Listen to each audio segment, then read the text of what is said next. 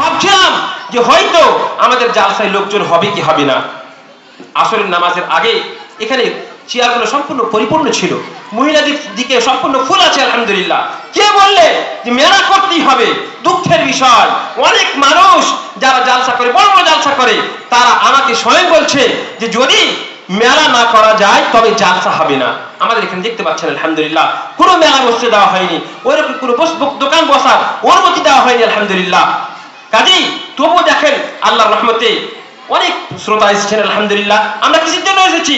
নিজেকে পরিবর্তন করার জন্য এসেছি, ঈমানকে প্রমাণ করার জন্য আমরা এসেছি।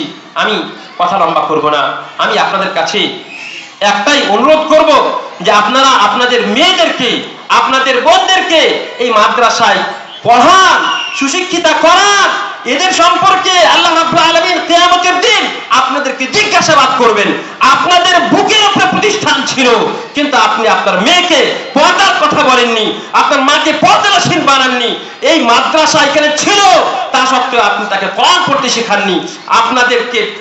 আপনাদের দায়িত্বটা, আপনাদের উপরে প্রশ্নটা আরো বেশি উঠবে।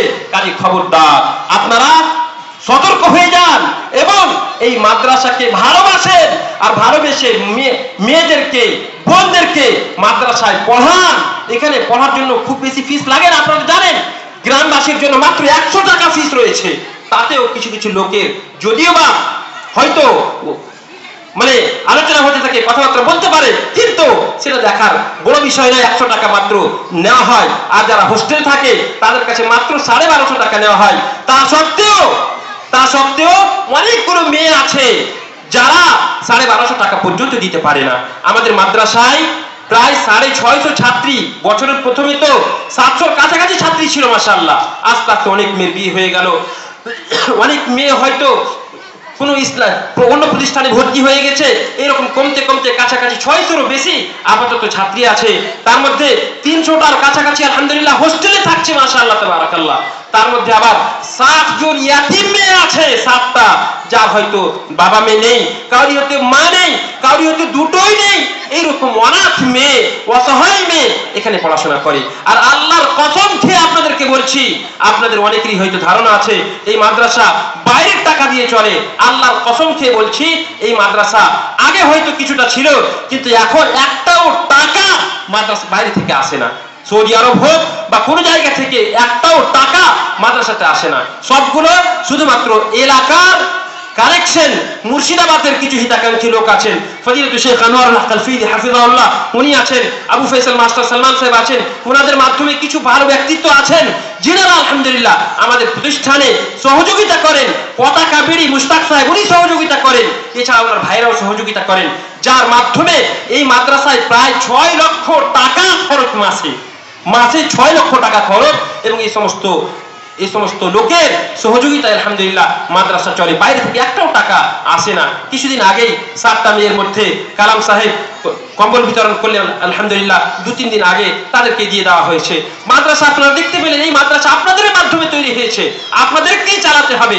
কাজেই আমাদের এই জালসা মাদ্রাসার উন্নতি কল্পে জালসা।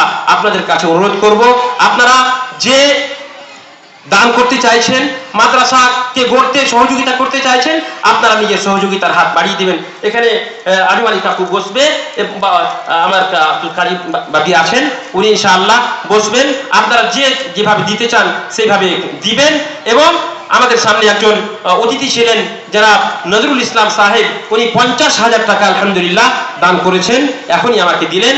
এবং তার সাথে সাথে আর একজন মুর্শিদাবাদ থেকে শেখ আনোয়ারুল হক আল-ফিদি হাফিজাহুল্লাহর সাথে একজন গেস্ট এসেছেন, উনি 5,000, মোহাম্মদ ইহসান সাহেব, উনি 5,000 টাকা দিয়েছেন।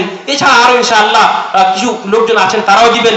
আপনাদের কাছে অনুরোধ, আপনারাও মাদ্রাসাকে গড়তে আপনাদের হাত বাড়িয়ে দেবেন এবং মাদ্রাসাকে সহযোগিতা করবেন। আল্লাহ রাব্বুল আলামিনের কাছে দোয়া করি, আল্লাহ তাআলা যেন আমাদের সকলেরই দানকে কবুল করেন এবং এই প্রতিষ্ঠানকে যেন আল্লাহ তাআলা আমাদের সকলেরই জন্য সাদকায়ে জারিয়া বানিয়ে দেন এবং মরার পরেও যেন আমরা নেকি পেতে থাকি। এইভাবে যেন আমরা এই প্রতিষ্ঠানকে গড়তে পারি, তার তৌফিক দান করেন, আমিন।